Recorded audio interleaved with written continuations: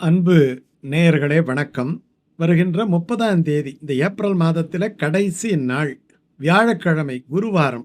மிகச்சிறந்த ஒரு தெய்வீகமான ஒரு தினம், வழிபாட்டுக்குரிய தினம் நரசிம்ம ஜெயந்தி.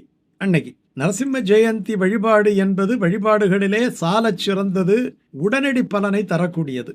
பொதுவாகவே பகவான் அவதாரங்களை எடுக்கின்றான். இங்கே ரொம்ப நுட்பமான ஒரு விஷயம் என்ன அப்படி என்று சொன்னால், தந்தையனுடைய வாக்கை காப்பாற்றுவதற்காக பிள்ளையாக அவதாரம் செய்தான் பகவான் ராமன். ஆனால் தன்னை நம்பிய பிள்ளையின் வாக்கை காப்பாற்றுவதற்காக தானே ஒரு நித்திய தந்தையாய், பிள்ளைக்கு தந்தை ஒருவன், நம் எல்லோருக்கும் தந்தை இறைவன் என்று சொன்னார் இல்லையா? எல்லோருக்கும் தந்தையாக விளங்கக்கூடிய அந்த இறைவனாகிய எம்பெருமான் தன்னுடைய பக்தன் சொன்ன வாக்கை காப்பாற்ற வேண்டும் என்பதற்காகவே ஒரு அவதாரம் எடுத்தான் என்று சொன்னால், பக்தனை காப்பாற்றுவதற்காக. காரணம், பிரகலாதனை அவர் பலமுறை காப்பாற்றி விட்டார்.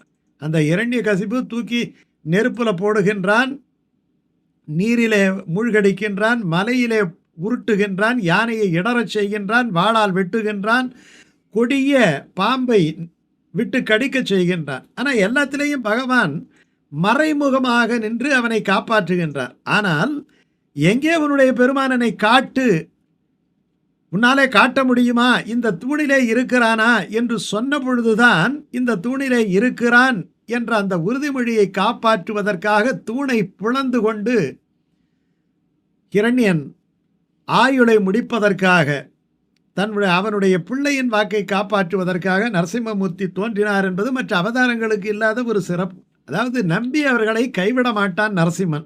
அதுதான் அந்த கதையினுடைய சாரமான கருத்து. இந்த அவசரம் மற்ற அவதாரங்கள் மாதிரி கிடையாது. இந்த ராவணனிடத்தில் ரொம்ப நாள் எல்லா முனிவர்களும் கஷ்டப்படுகின்றார்கள். ரொம்ப நாள் கழித்து தான் தீர்மானம் செய்து ராமனாக அவதாரம் எடுக்கின்றார் பகவான். அதே மாதிரி கண்ணனாக அவதாரம் எடுப்பதற்கும் அதிக நாள்கள் எடுத்துக்கொண்டு யோசித்து ஆயர்குடியிலே கண்ணனாக பிறக்கின்றான். ஆனால் இந்த நரசிம்ம அவதாரம் அப்படி கிடையாது. நரசிம்ம அவதாரம் எந்த நேரத்தில் எந்த வேளையில் எடுக்க போகிறான்னு பகவானுக்கும் தெரியாது. அவன் திடீரென்று தோன்றியது தான் இந்த நரசிம்ம அவதாரம். அப்படிப்பட்ட அவதாரம். அதனால் வேகமாக எடுத்த இந்த நரசிம்ம அவதாரத்தை ஆழ்வார்கள் விடாப்பிடியாக பிடித்து கொண்டு அந்த மங்களாசாசனம் செய்கின்றார்கள். அப்போதே அங்கே இந்த வார்த்தைகள் ரொம்ப முக்கியம்.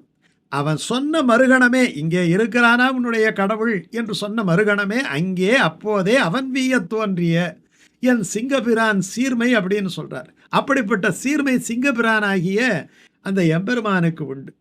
அந்த நரசிம்மன் தான் கண்ணனாகவும் அவதாரம் செய்தார், ராமனாகவும் அவதாரம் செய்தார். காரணம், ஆண்டாள் கண்ணனை மணமுடிந்து கொள்ள வேண்டும் என்பதற்காகவே கண்ணனை கைப்பிடிக்கின்றாள். அப்பொழுது இந்த வாரணமாயிரம் பாட்டு, அதில் அந்த திருமண நிகழ்வுகளெல்லாம் நடக்கின்றன. கடைசியில் இந்த லாஜ ஹோமம் என்று ஒன்று செய்வார்கள், பொறியிடுவார்கள். அப்பொழுது கண்ணனாக வந்து பொறியிட வேண்டாம், நீ நரசிம்மனாக வந்து பொறியிடு. காரணம், காப்பாற்றுபவன், வாக்கை காப்பாற்றுபவன். ஏலா பொய்கள் உரைப்பானைன்னு ஆண்டாள் வந்து மாற்றி மாற்றி பேசக்கூடியவன் கண்ணன் என்று பாடிய அந்த ஆண்டாளே நரசிம்மனை அச்சுதன் அறிமுகன் கைமேல் என் கை வைத்து பொறிமுகம் தட்ட கனாக்கண்டேன் என்று பாடுவதிலே இருந்து கண்ணனை நரசிம்மனாக பார்க்க வேண்டும் என்று ஆண்டாள் பிரியப்படுகிறாள். அதை போலவே ராமனையும் அப்படித்தான் பார்க்க வேண்டும். ராமனே நரசிம்மன் என்று பாடுகின்றாள். புள்ளின் வாய் கிண்டானை பொல்லா அரக்கனை கிள்ளி களைந்தானே என்கிறார். அவன் பானத்தினால அடிக்கலையா, நகத்தினால கிள்ளுனதா.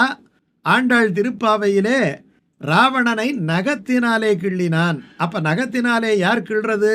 நகம் வந்து விட்டாலே அங்கே வந்து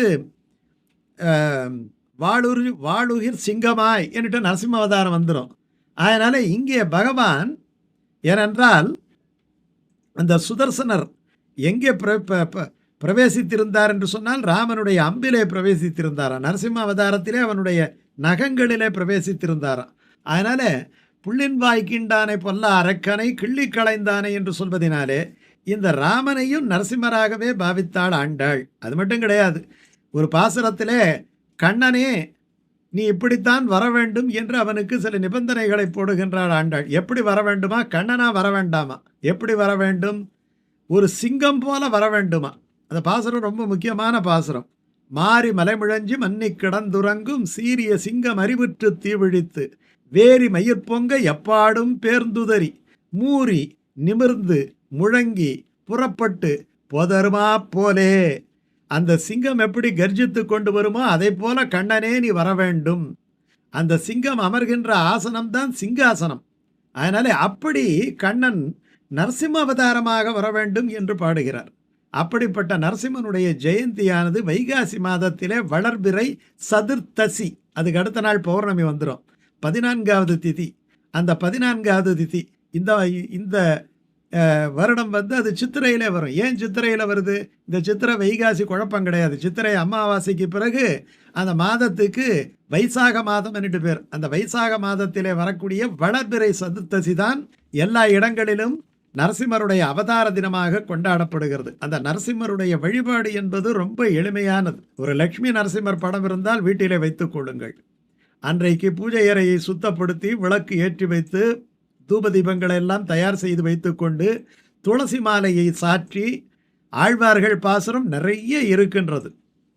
அந்த ஆழ்வார்கள் பாசுரமோ விஷ்ணு சகஸ்ரநாமமோ அல்லது அவனுடைய மூல மந்திரமோ அந்த நரசிம்மனை வாழ்த்தி பாடி வணங்கி கற்பூர ஆரத்தி எடுங்கள். அதற்காகத்தான் இந்த ஆண்டாளுடைய 23ஆம் பாசுரம் மாரி மலைமுழஞ்சி பாசுரம். அந்த பாசுரத்தை பாடி ஆரத்தி எடுக்கலாம். சென்னையிலே இருக்கின்றவர்கள் திருவல்லிக்கேணியிலே சென்று நரசிம்மருடைய சன்னதியிலே அவனை ஆராதனை செய்யலாம். ஏன்னா பிரதான தெய்வம் அவர், தெள்ளிய சிங்கமாகிய தேவை என்கிறார். அப்படிப்பட்ட நரசிம்மரை வணங்கலாம். அல்லது சிங்கப்பெருமாள் கோயில் பாடலாத்திரி நரசிம்மர் இருக்கிறார், அவருக்கு நெய் தீபம் ஏற்றி வழங்கலாம். வீட்டிலே கூட நெய் தீபம் ஏற்றலாம். திருமங்கை ஆழ்வார் அற்புதமான ஒரு பாசுரம் பாடியிருக்கின்றார். அந்த பாசுரத்தையும் அன்றைய தினம் பாராயணம் பண்ணலாம். பள்ளியில் ஓதி வந்ததன் சிறுவன் வாயிலோராவிய நாமம் ஒள்ளியவாகி போதவாங்கதனுக்கு ஒன்றுமோர் பொறுப்பிலனாகி பிள்ளையைச் சீறி வெகுண்டு தூண் புடைப்ப பிறையிற்று அனல்விழி பேழ்வாய் தெள்ளிய சிங்கம் ஆகிய தேவை திருவல்லிக்கேணி கண்டேனே. திருவல்லிக்கேணியில இருந்தா இந்த பாசுரத்தினுடைய அத்தனை குணங்களுக்கும் பொலிந்து நின்ற பிரானாக காட்சி தரும் அந்த நரசிம்ம மகாபிரபுவை நீங்கள் வணங்கலாம். அப்படி இல்லாவிட்டாலும் இந்த பாசுரம் ஓதுகின்ற பொழுது அவன் உங்களுடைய மனத்திலும் விழிகளிலும் நிச்சயமாக காட்சி தருவான். உங்கள் வேதனையை தீர்த்து நல்வாழ்வளிப்பான். விட்டுவிடாதீர்கள் வருகின்ற நரசிம்ம ஜெயந்தியை.